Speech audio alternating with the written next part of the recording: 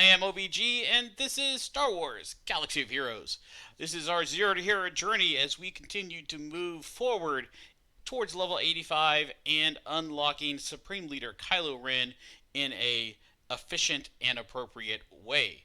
Last episode we released the farming plan, or the tentative farming plan. We'll see how it plays out. I still have some concerns with it that I want to work through, most specifically around fleets and unlocking Executrix and unlocking Finalizer. My intention is to stay competitive in fleets, be able to finish top 10 on a regular basis, and keep the crystal income flowing. Speaking of crystal income, I'm currently finishing top 200 in Squad Arena, which is giving me 75 crystals a day. I am doing all my dailies, which is 52 crystals, and I am completely finishing Galactic War every day, 7 for 7 so far, which is another 25, giving me a total of 152 crystals. When I hit level 50, I will unlock mods, which will give me a little more crystal income, as well as more XP income, because I'll have an extra energy resource that's growing. So, what do you do with that 152 crystal income a day? So you have two choices. A, you refresh regular your normal campaign energy 3 times. That gives you 120 experience, 120 energy and experience every time, and it also gives you 20 sim tickets. Sim tickets are a very important resource until you hit level 60. Once you hit level 60, they no longer matter again. I really wish CG would just get rid of them and say, your first 15 levels, you have to play them all. After that, you can sim. I don't know why they put sim tickets in the game, make them a critical restricted resource until you hit level 60, and then never care about them again. My main account has like 45,000 of them or something stupid. So that is a very important thing, because if you refresh Cantina, you get the same 120 energy, but you only get 10 sim tickets, and you're only getting, it costs you 100 crystals. So it's your personal preference. I'm currently getting about 1,800 experience a day. You get 900 from your dailies, and you get another 800-ish from energy refreshes and energy regen. So that's 1,700 a day. So if I was to go and do, right now I'm doing 1 cantina and as many regular energy refreshes as I can do, which is normally 1. Sometimes you get 2 or 3 because of other things that come in, achievements or quests or daily login rewards or whatever. So 1,700, if I did another 120, that's a pretty sizable 5% or so increase, maybe 7%. Increase in the amount of experience that you're getting per day. So it is going to make a difference, and it's going to add up over 4 months of working towards 85. I chose Cantina because I have Cantina farms that I'm working on, and I have Cantina store farms that I'm working on, and that kind of stuff. So it's a personal preference, up to you. You will get gear faster if you do the energy refreshes. You'll get character shards faster if you do the Cantina refreshes. It's really 6 of one, half dozen the other. Whatever you choose to do is up to you. So, speaking of stores, I want to talk about what you should spend and what you should not spend in the various stores. So, when you reach level 85 and past, you will eventually get to the point where you will have every single character in the Cantina store unlocked, and you will have nothing to spend it on except for shard energy. And it has no purpose. There's no gear in here. There's nothing to save it for, etc. The same thing goes for Squad. The same thing goes for Galactic War. Eventually, you will just not care about this energy, and it will become a way to get the championship. No, not that one. Shard Store. It'd be a way to get Shard Store currency, which is a very important currency, and you will need a lot of it. It's a lot of gear in there. It's not a bad thing, but it's something that you don't have to worry about. How fast you spend it, you'll get more, and you're eventually going to want to buy pretty much every character in all the Galactic War, Squad Store, and Cantina Store shops. Now, guild currency. This one does have a lot of very important gear in it that you will need. Also has a lot of very important characters. However, you're going to start getting a lot of it as you once you unlock the guild events and the raids. So you can't do the heroic raids until you have a 7-star. I don't have a 7-star yet, and the guild that I joined is doing all heroics, so I am watching from the sidelines on that. In addition, you can't join Galactic Territory War or Territory Battles until you're level 65, so I'm sitting on the sidelines for that. So my guild store income is very, very low. As you can see, I've only bought 6 uh, uh, pieces of Colonel Stark here, and that's been, what, 11 days now? So that's very slow income, to say the least. Um, you will eventually get to Fleet Store at level 60. Fleet Store is something, they sell Zetas in the Fleet Store eventually. Once you get Zetas unlocked at level 78 or beyond, that is something that you will want to spend a lot of fleet currency on, but it's very far away.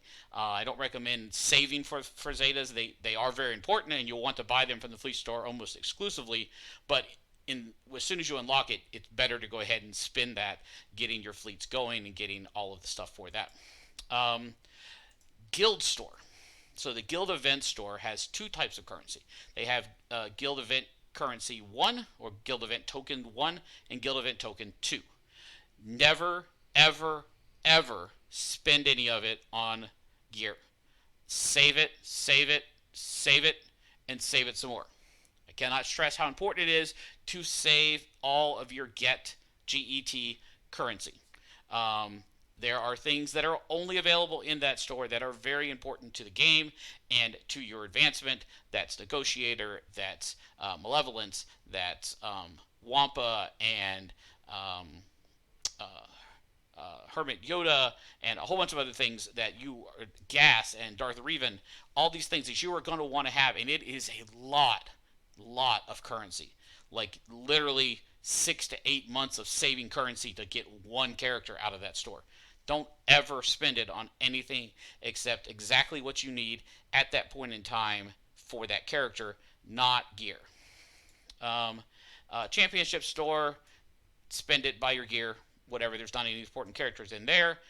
Shard store has 1 character in it, but I don't recommend buying that character in the Shard store, and that is General Grievous. He does drop in the Shard store. You can buy him in there. He's the only character in the Shard store. However, he's also in the Fleet store. So if you can, buy him in the Fleet store and work on him that way.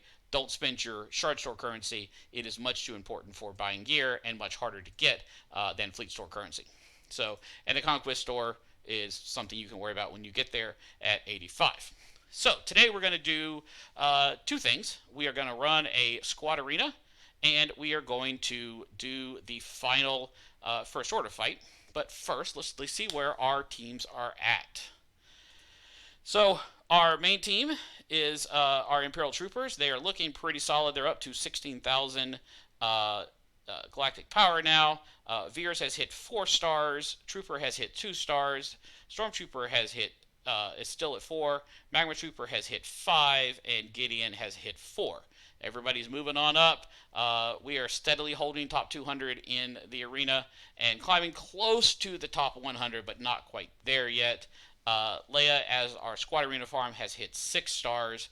Everybody else has been virtually ignored except for some raising of some levels. And we have unlocked Darth Vader, not Lord Vader. Wish. Darth Vader.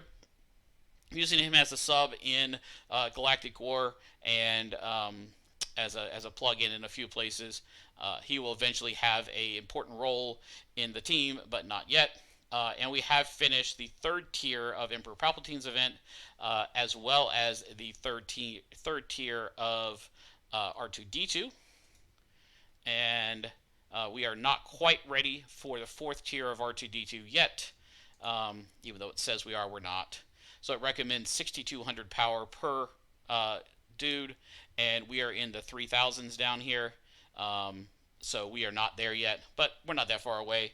And tier 5 is actually very close behind that. It's 5 stars and 7,200 power. So realistically, once we hit the 6,500 or so recommended power range, we should be able to do 4 and 5, which will give us a 5-star R2 because he unlocks at 5 stars, and that will allow us to really bring our rebels up into usefulness around level 60.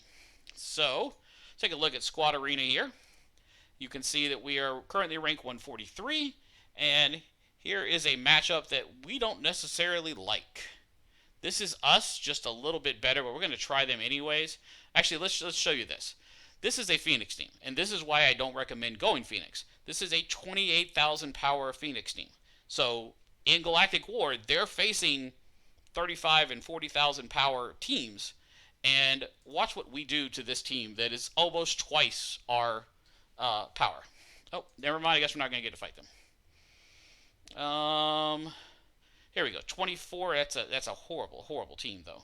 I don't really want to show you how bad that team is.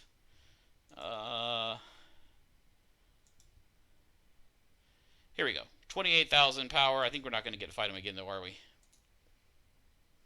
Nope. That's the same team. All right. We'll come back to them after we do the fleet first order fight in the events. So this is the final first order event. It is the hard one. Let's see if we can manage to pull it off. It's all provided units. You can't change anything in here. You just have to fight it. So the way that I intend to approach this is to use KRU to feed turn meter to everybody else on the team and let everybody else on the team kill things. So we are going to start with 100% turn meter to KRU and a lash out to give everybody turn meter. And then, so this does 50% chance to double attack. Doubled if his chance is doubled if first order has advantage, which he does. And if he has, so we're going to attack twice here. 1, 2, and we're going to go ahead and toss that out there and get us a taunt going. And some more lash out to feed turn meter to everybody. And go ahead, we have to shoot this guy now. So if we did this, deal physical damage to target enemy, inflict offense down on critical. He has advantage, inflict buff immunity, and health down. So let's do that. Alright, now we can go back over here to her. And more lash out fun. And we'll keep... let's keep feeding him.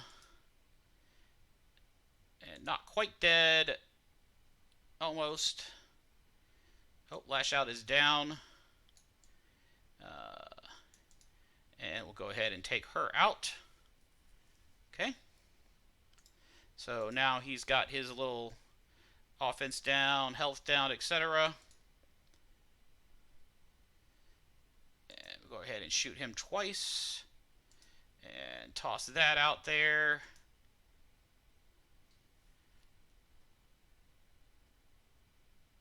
And let's get KRU to throw us some energy.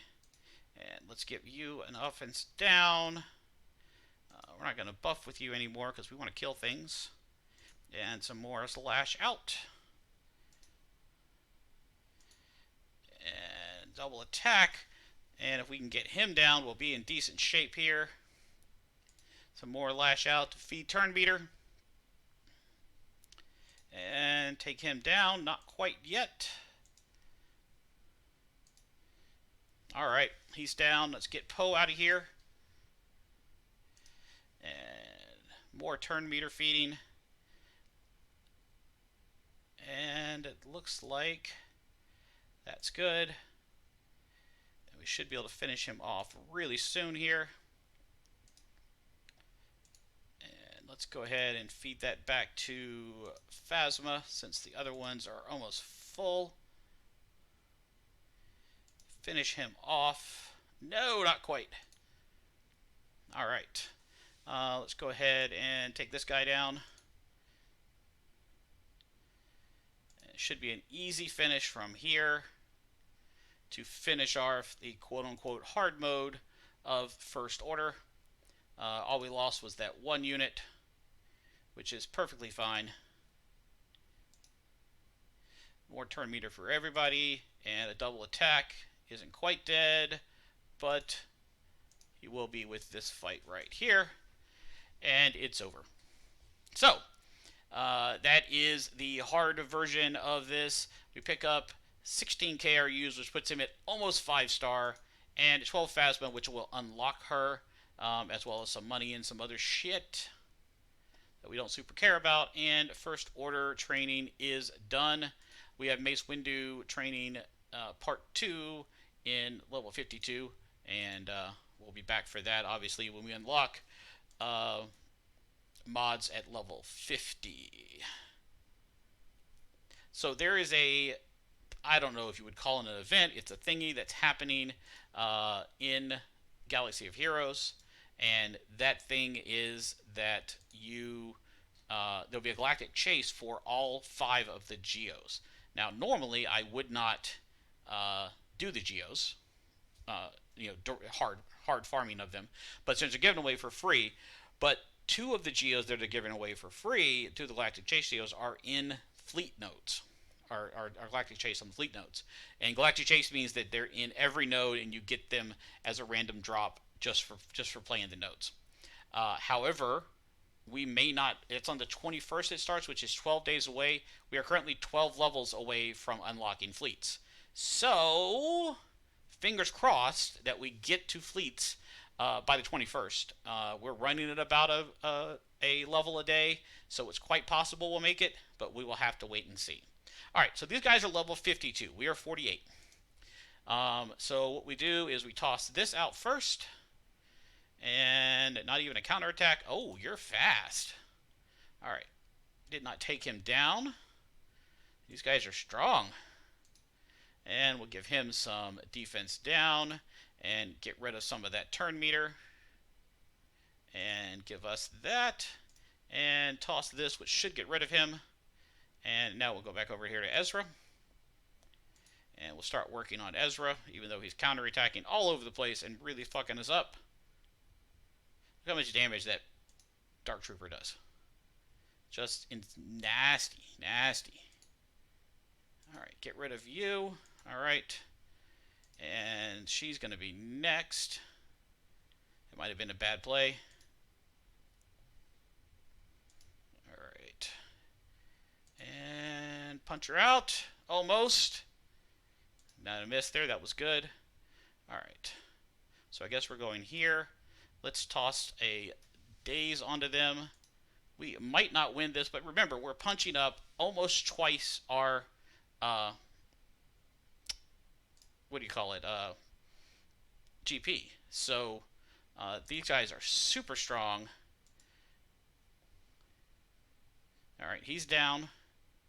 And we're going to try to punch this guy out now. Just a 3-on-1 here. So this is a 29,000 GP fight, and we're at 16. And they are also 4 levels higher than us. So we really have no business even being in the same room with these people, much less winning. Which is what we're going to do right here.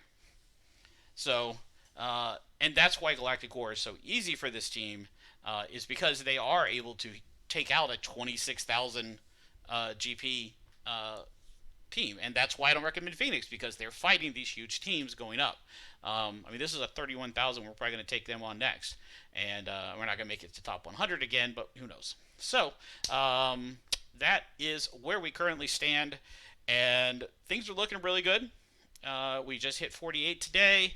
We should hit 50 probably after refresh tomorrow. We'll see. I will probably come back in 2 days to do a mod stream to show you the mod unlocks that we're doing, and how we're running through those, and do some modding, basic modding of the characters to get them started. I'd really like to get the turn order correct on the Imperial Trooper squad, because what I really want is I want everybody to go before Gideon does, so that Gideon on his first attack everybody will be at close to 0 turn meter, because his main, the one I like to do with him, is his control. situation, which calls all Imperial Trooper allies to assist, and everybody loses 100% turn meter. So I'd rather not be first, but he's super fast is the problem. He's sitting here at 139 speed, and you can see the other guys here aren't that fast. He's 111. He's 99. So if I can get these guys buffed up to the point where they can go before Gideon, then they can all take their turn. Gideon can go wipe everybody else's turn meter and get us all back on track, which should be very effective. So we'll see how that modding turns out, and that's where we'll leave it today. Thank you so much for coming by. I am really enjoying this series. I'm really enjoying this account, and hopefully you guys are enjoying following along. The link to the build plan as it currently stands is in the description. Feel free to check it out. Feel free to leave any comments you have on how it's going or what I need to do differently. Thank you very much, everyone. OBG out.